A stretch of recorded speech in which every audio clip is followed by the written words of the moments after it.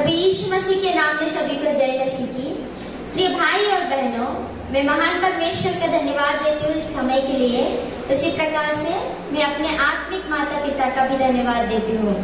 तो आज का हमारा वचन क्या है कहने से, मुख्य वचन लूका रचित सुसमाचार इसका 10वां अध्याय इसका 42वां वचन। लूका रचित सुसमाचार 10वां अध्याय 42वें वचन में इस प्रकार से लिखा है, परंतु एक बात अवश्य है और उस उत्तम भाग को मरियम ने चुन लिया है जो उससे छीना न जाएगा। हालेलुया। यहाँ पर अगर हम विचार करेंगे तो मरियम के विषय में लिखा गया है। बाइबल में, पूरे बाइबल में अगर हम मरियम के बारे में देखेंगे तो मरियम नाम के 6 स्त्रियां हैं।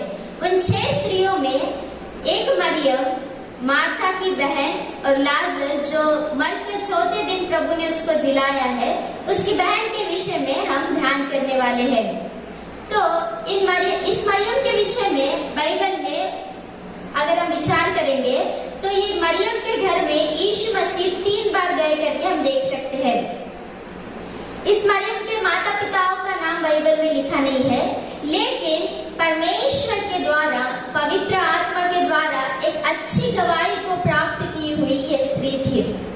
बाइबल में अगर हम विचार करेंगे तो एक दिन यीशु मसीह बेतनिया को आ रहे थे, तब मार्था यीशु मसीह को अपने घर में बुलाती है।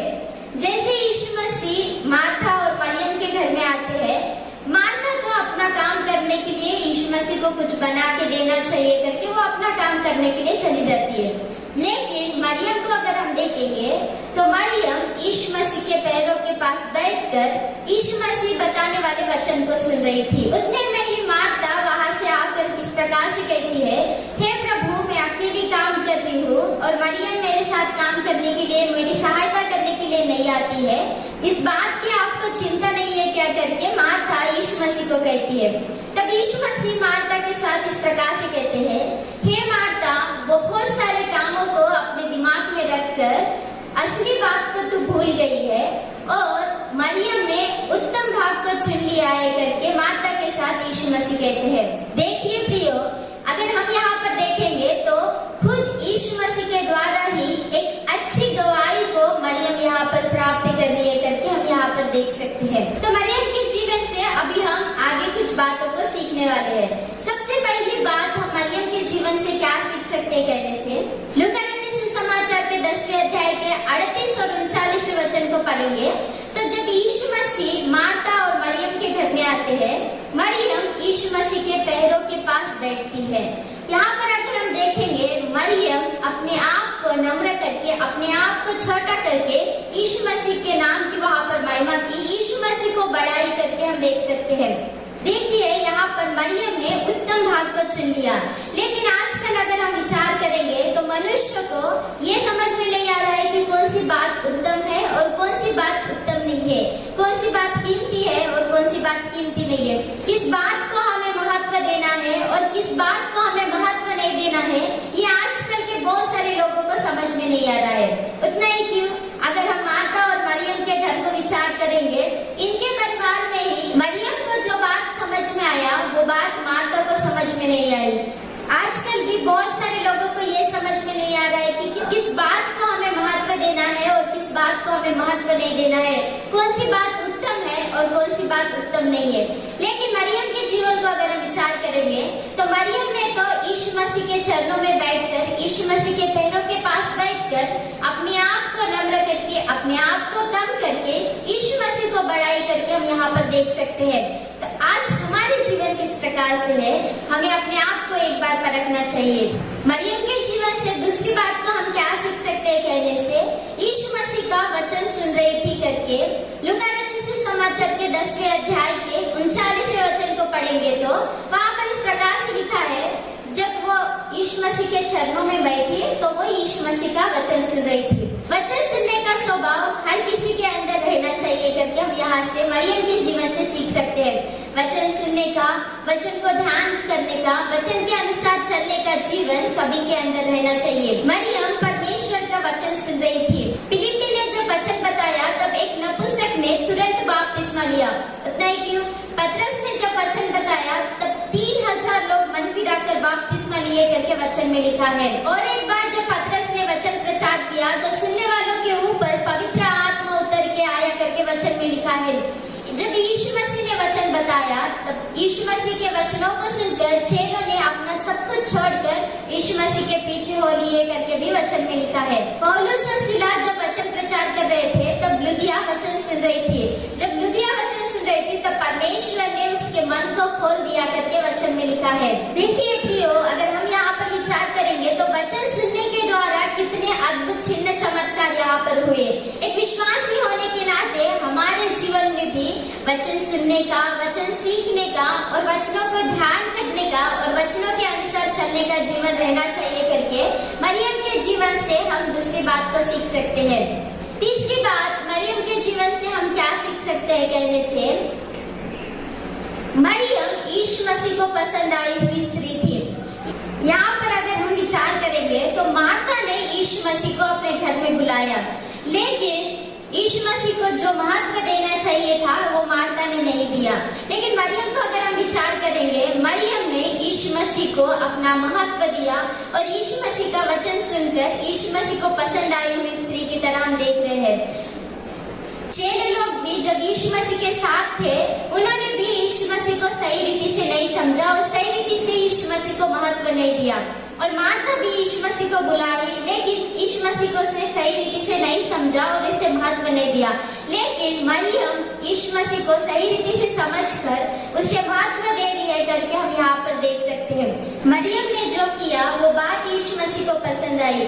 तो आज मैं आपको एक बात बताना चाहती हूँ, हम करने वाले जो काम है वो हमारे माता पिता को पसंद आए या ना आए, हमारे रिश्तेदारों को पसंद आए या ना आए, लेकिन वो बातें परमेश्वर को पसंद आना बहुत जरूरी है। तो जो भी काम हम कर रहे हैं, क्या सच में परमेश्वर उसे पसंद कर रहे हैं क्या? मरियम के कामों को देखकर, मरियम ने जो भाग को चुना उसे देखकर यीशु मसीह उसे पसंद किए करके हम यहाँ पर मरियम के जीवन से तीसरी बात को देख रहे हैं। चौथी बात को हम मरियम के जीवन से क्या सीख सकते हैं कहने से, कठिन परिस्थितियों में भी विश्वास के साथ रहने वाली स्त्री मरियम थी। यूहन्ना रचित सुसमाचार इसके 11वें अध्याय के 32वें वचन को अगर हम पढ़ेंगे तो वहाँ पर हम देख सकते हैं जब लाजर मर जाता है, मरकर 4 दिन कब्र में रहता है, तब यीशु मसीह लाजर को देखने के लिए आते हैं। जैसे ही मरियम ने यीशु मसीह को देखा, तुरंत यीशु मसीह के पैरों पे गिरकर वो इस प्रकार से कहती है, प्रभु गुरु अगर आप यहाँ पर रहते तो मेरा भाई नहीं मरता था। यहाँ पर अगर हम मरियम के जीवन को विचार करेंगे, उन कठिन परिस्थितियों में भी मरियम ने प्रभु को इस प्रकार से कहा। उन कठिन परिस्थितियों में भी मरियम के जीवन में हम उसके अंदर विश्वास को देख सकते हैं प्रियो। उसके विश्वास को देखने के बाद वहाँ पर 4 दिन मरा हुआ लाजर जीवित उठा और वहाँ पर एक अद्भुत कार्य को हम बाइबल में देख सकते हैं। हमारे अंदर भी कठिन परिस्थितियों में विश्वास रहना बहुत जरूरी है। जब हम अच्छे रहते हैं, हम इतना प्रार्थना किए, हमने इतना दिया, वैसा नहीं, लेकिन कठिन परिस्थितियों में भी हम कितना दे रहे, हम कितना प्रार्थना कर रहे हैं, ये हमें अपने आप को परखना चाहिए। मरियम के जीवन को अगर हम विचार करेंगे, मरियम के विश्वास के द्वारा, मरियम के कठिन परिस्थितियों के विश्वास के द्वारा वहाँ पर मरा हुआ उसका भाई जीवित उठा। जीवित उठाने इतना विश्वास मरियम के जीवन में है करके हम यहाँ पर देख सकते हैं। तो आज आपके जीवन किस प्रकार से है? 5वीं बात को मरियम के जीवन से हम क्या सीख सकते हैं कहने से, यूहन्ना रचित सुसमाचार के 12 अध्याय के पहले वचन को अगर हम पढ़ेंगे तो फसह के 6 दिन के पहले यीशु मसीह मार्था और मरियम के घर में फिर से आते हैं भोजन के लिए। जब वो भोजन करने के लिए बैठे रहते हैं तब मार्था अपने कामों में रहती है, लेकिन मरियम जटामासी के बहुमूल्य इत्र को लाकर यीशु मसीह के पैरों पे डालकर अपने बालों से उसके पैरों को पोंछती है करके हम यहाँ पर देख सकते हैं। तो 5वीं बात में हम मरियम के जीवन से क्या सीख रहे हैं कहने से, अपने पास जो भी है उन सभी चीजों के द्वारा प्रभु की महिमा की हुई ये स्त्री है। यीशु मसीह संसार में आके हमारे पापों के लिए, हमारे अपराधों के लिए उस कलवरी क्रूस पे मारा जाना चाहिए करके उसके तैयारी के लिए मरियम ने ये काम को किया करके हम वचन में देख सकते हैं। जैसे ही यीशु मसीह के पैरों के ऊपर जटामासी के इत्र को उसने उंडेला, सुंदरता अपने बाल होते हैं। तो उस अपने सुंदरता के द्वारा यीशु मसीह के पैरों को पोछी करके भी हम वचन में देख सकते हैं। तो यहाँ पर अगर हम विचार करेंगे तो मरियम ने अपने पास जो कुछ था, अपनी सुंदरता और अपना सब कुछ यीशु मसीह के चरणों में डालकर यीशु मसीह के गाड़े जाने की तैयारी के लिए उसने ये सारी बातें किया करके मरियम के जीवन से हम ये 5 बातों को देख रहे हैं। तो आज हमारे पास जो कुछ भी है उसके द्वारा हम परमेश्वर की महिमा कर रहे हैं क्या? हम यहाँ पर मरियम के जीवन को देखेंगे तो मरियम के पास जितना भी था, जो कुछ था, उसने प्रभु के चरणों में समर्पण किया। तो आज हमारे पास जो कुछ है और जितना हमारे पास है उन सभी को हम प्रभु के चरणों में समर्पण कर रहे हैं क्या? अपने आप को एक बार परखना चाहिए। तो मरियम के जीवन से हमने 5 बातों को सीखा। सबसे पहली बात को हमने देखा कि मरियम प्रभु के चरणों में बैठकर अपने आप को नम्र करके, अपने आप को छोटा करके, प्रभु को ऊंचा करके प्रभु की महिमा करने वाली स्त्री थी। दूसरी बात को हमने मरियम के जीवन से सीखा कि उसके अंदर वचन सुनने का स्वभाव था।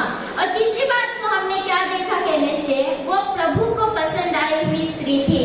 और चौथी बात को हमने सीखा, कठिन परिस्थितियों में भी विश्वास के साथ रहने वाली स्त्री मरियम थी। और 5वीं बात को हमने देखा कि अपने पास जितना भी था, अपना सब कुछ प्रभु के चरणों में डालकर समर्पण की करके हमने सीखा।